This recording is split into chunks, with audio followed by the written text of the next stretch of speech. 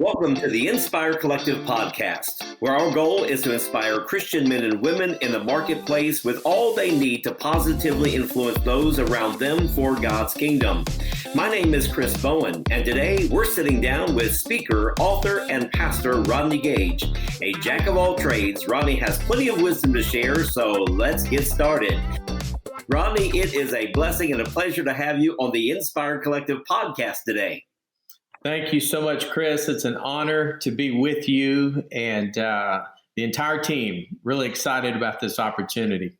Well, thank you. We always bring some great speakers to our listeners, and today is an amazing opportunity that we have to have you with us, Rodney. And we just believe that today you're going to inspire our audience here on the podcast because you have so many amazing things happening. And we're going to get started by asking you about some of those. So first of all, what did you do before your current role as a pastor?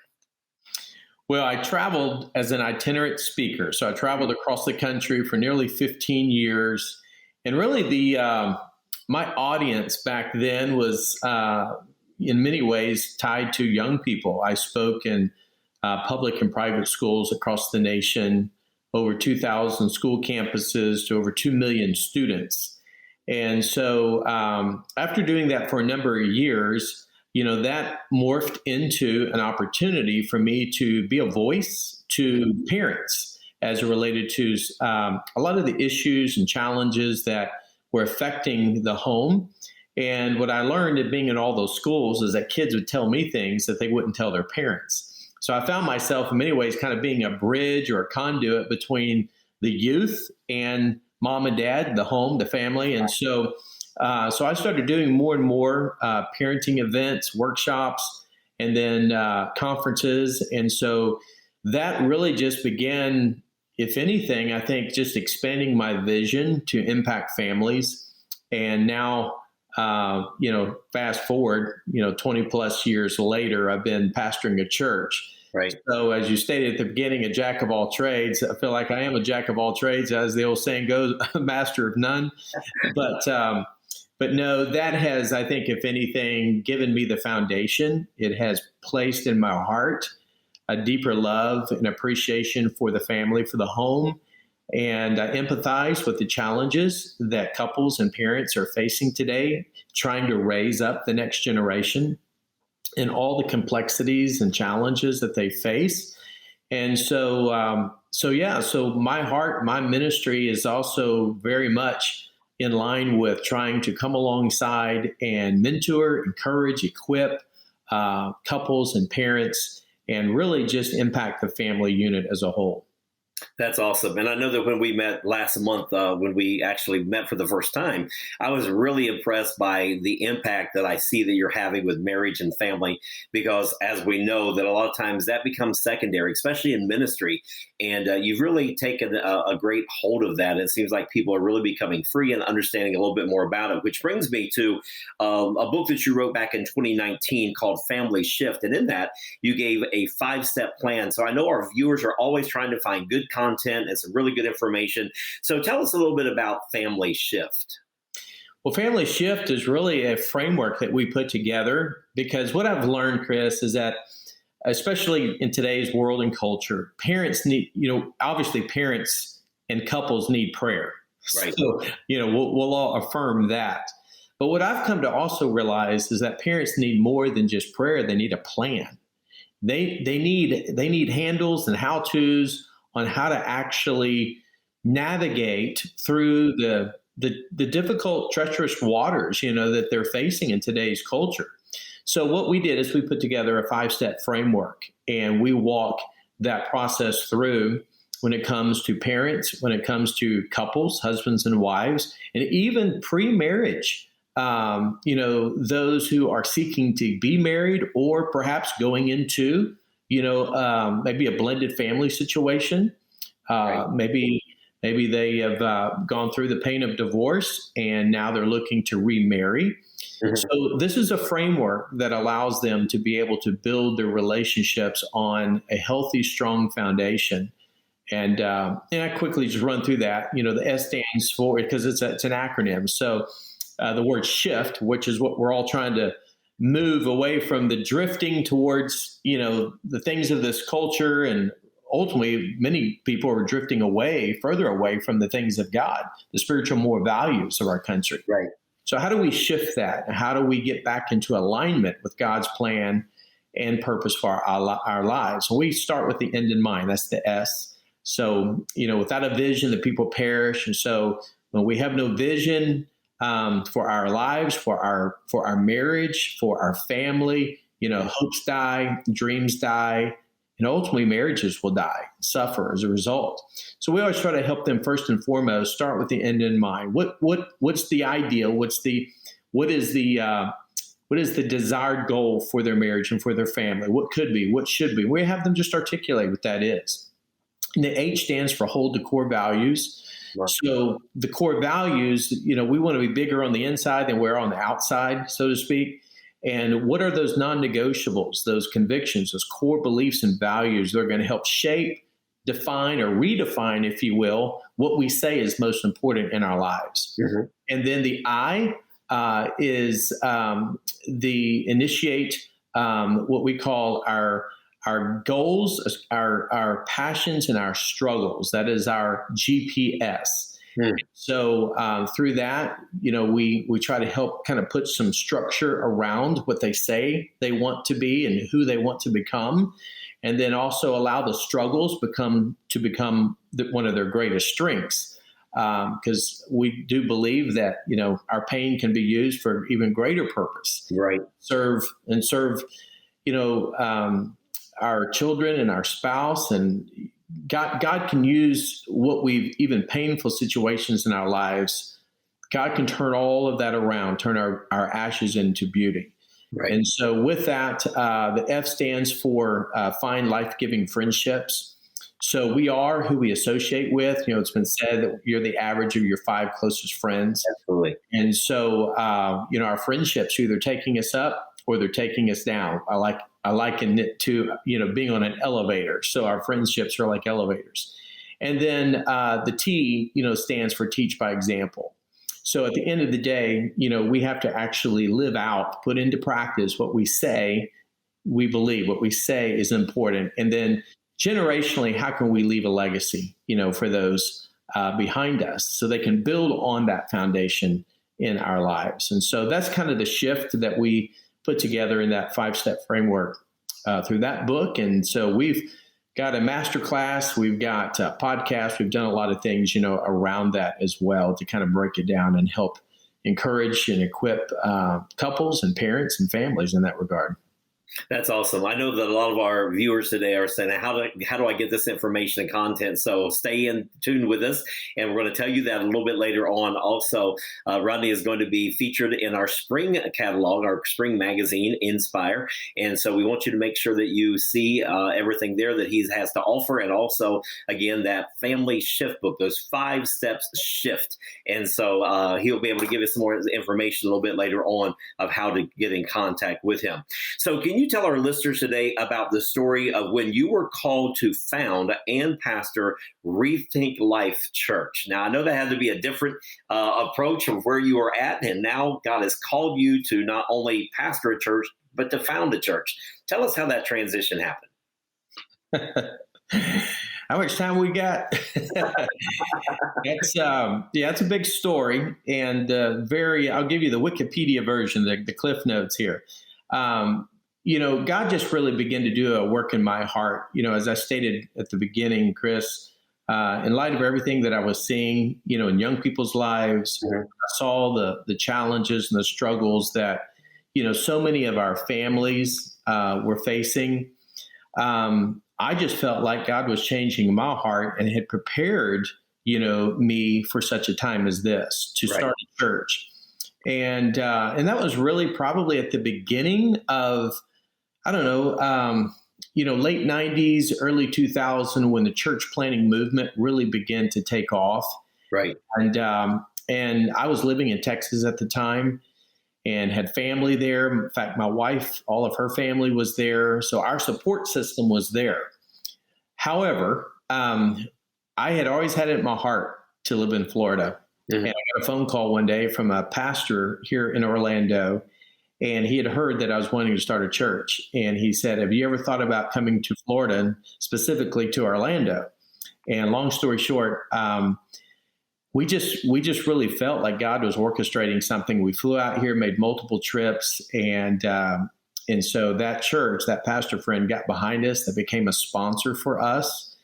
And so we literally uprooted everything. My wife, we had 2 children. We had a 4-year-old and a 2-year-old, and my wife was pregnant with our son. She was 8 months pregnant. So again, I don't recommend this to anybody, but we sold everything we had, and we began a journey in 2001. On Easter Sunday, 2001, we launched our church, which is now known as Rethink Life Church. And so here we are 20 plus years later, and we're still ticking.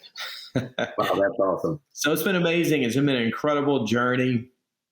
And, it's like anything else. At some point, you have to be willing to step out in faith.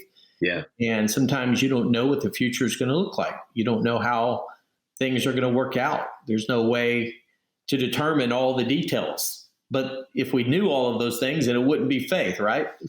So, we stepped out in faith, and to God be the glory. We've seen thousands of people give their lives to Christ, families renewed, restored.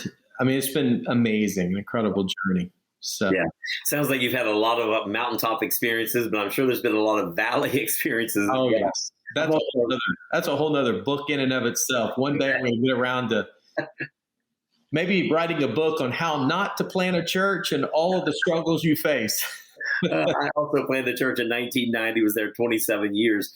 And so what would you say to maybe some of our viewers today that are in that place? They know God has called them to plant a church and they have it inside of them, but maybe they're a little bit afraid, because I don't know about you, but I know I was terrified because my wife was also 8 months pregnant with our first child when we started. So what would you tell somebody that maybe is out there, they know that's within them, they know they're going to be a church planter? How could you encourage them today? Yeah, I think first and foremost, always just encourage pastors who are even thinking about, praying about, obviously seeking God's will and starting a church, is just making sure that's it. It's God's will. Make sure that they really, really have a sense of true calling, that this is really what God has called them to do. Because, from the outside looking in, it can seem easy and be cool and all that kind of stuff. But there has to be a distinct calling on your life. Absolutely. To do that. And if God's will is for you to plant a church, I've often said, and I'll say it again, that, what God initiates, he orchestrates. So he's, it's not even about our ability, it's about our availability. So if we're willing to be the hands and the feet and the heart, of Jesus to whatever community or city God's calling us to, and make sure we're called to that place, right? God's going to take care of us. God's going to give us the increase, and he's going to use us in ways that we never would have perhaps thought possible. And that's the beauty, and really the upside of the rewards of starting something from ground zero, is you get to see the fruitfulness, of the ministry. And there's nothing like it. It's very gratifying and rewarding, but at the same time, very, very challenging. Yeah, that's really good advice to give our viewers today, because I think the key is, you said that right off the get-go, is making sure that you know that it's your calling. If God calls you to it, he'll prepare you for it. Absolutely. So did you ever find it difficult to balance all that you were doing? We know you're an author. You're really big into teaching marriage and family. You're big with the youth. You're now pastoring a church. And you got a lot of hats that you wear. So tell me, how difficult is it to balance all that you're doing? You've listened to the Inspire Collective podcast. You've read the blog. You have followed us on social media, but you're still hungry for more. You want to connect with business leaders who share your faith, have walked your path, and who understand the challenges of leading in the corporate world. Welcome to the Inspire Collective. Right now, you can become an inaugural member and be one of the first to enjoy premium resources, messages, and connections. Membership benefits include a hardcover book, digital activation guide, and premium masterclass each month from leaders like Sam Chan, Mike Kai, and Martijn van Tilburg. To become an inaugural member today, visit inspirecollective.com. It can be very difficult. In fact, in the new book that we have coming out with Inspire, we call it the double win. And I ask 8 specific questions in this book on how to win at work and win at home. And I share really at the very beginning my own personal story, because being a church planner and being in a new place, no support in terms of family or anything like that to lean on, we found ourselves just literally working around the clock. And I'm one of these guys that's wired, in such a way to where I got to be spinning 10 plates or I don't feel like I'm, doing a good job, Right. And so, I was all in. And so therefore I was doing just about everything you could possibly think of. And because we had just had our 3rd child and, the first couple of years into planning this church, and man, I was going around the clock. And one day, my wife, Michelle, she was getting ready to take the kids out to a park. It was on a Saturday. And she said, "Are you going with us?" And I said, once again, like I have been saying many, many, times, that I don't think I'm going to be able to go. And she finally kind of made that, ultimatum. She said, "Well, you have to make a decision. You can either pastor this church or you can lead your family. Wow. But you can't do both unless something changes." Wow. And so that was really just kind of like a wake-up call and the turning point for me to shift what I thought was most important, or what I thought was, the most urgent, in the moment of, getting ready for Sunday and everything going on as it relates to, having a successful, church service. I realized that what good is it, as the scriptures, Jesus said, to gain the whole world and lose your own family. And obviously Jesus was referring to our soul. But in this case, what good does it do to build the greatest church, and, reach a city and yet lose your own family in the process? And so that's where I begin to shift my priorities and begin to realize that, my greatest ministry is my wife and my kids. Mm. Because so goes the home, so goes the ministry. Absolutely. And if you don't have a healthy, strong, secure home life, then we're not going to be effective in our calling, in our workplace. Right. And that's really what birthed the vision and really the passion for this new book coming out called The Double Win. Is I had to kind of ask myself these same questions that we have proposed in this book, these 8 questions. Mm-hmm. And these are really in-depth questions that really gets down into the heart and to the emotions of where we all are when it comes to the choices we make and why we make those choices, when it comes to the things that we think, are going to make us happy, right, or perhaps what we associate with true success. Mm-hmm.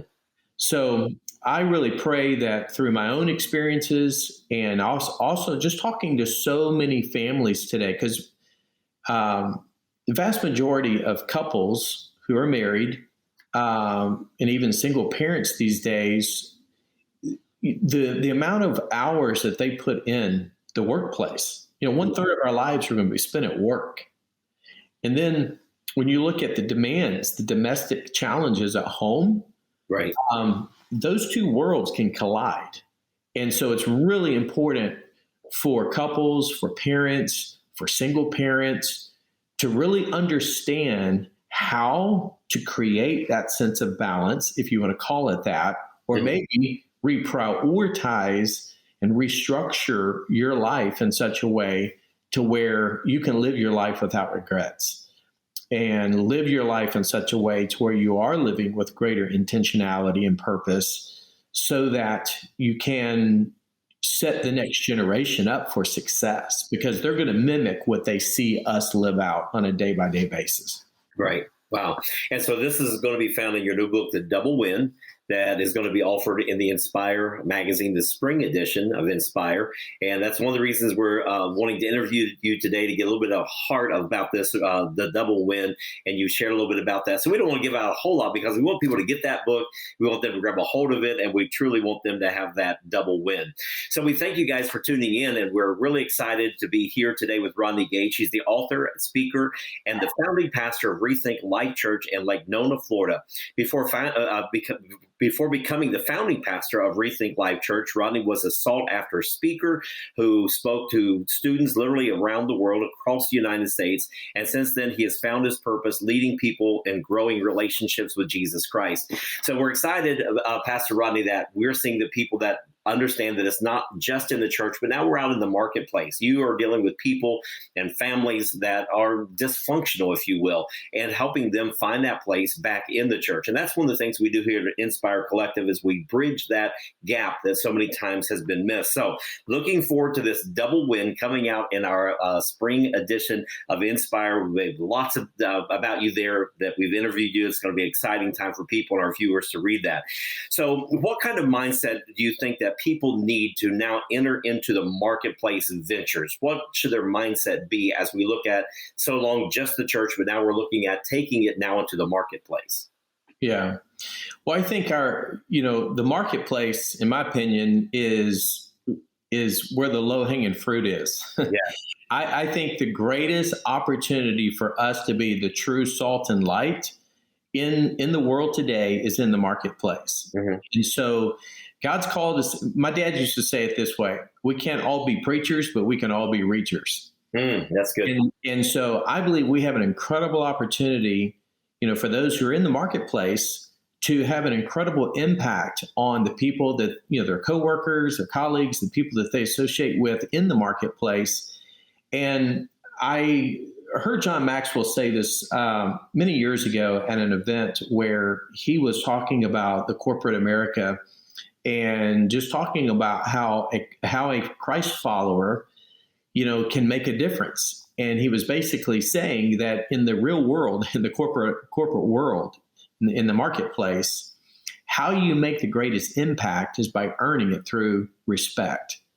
And so, when you think about, how we live our lives, how we conduct our day-to-day affairs from the standpoint of our belief system, our values, our work ethic, are we people of excellence? Or do we go the extra mile? Do we have a magnetism about us that draws people to us?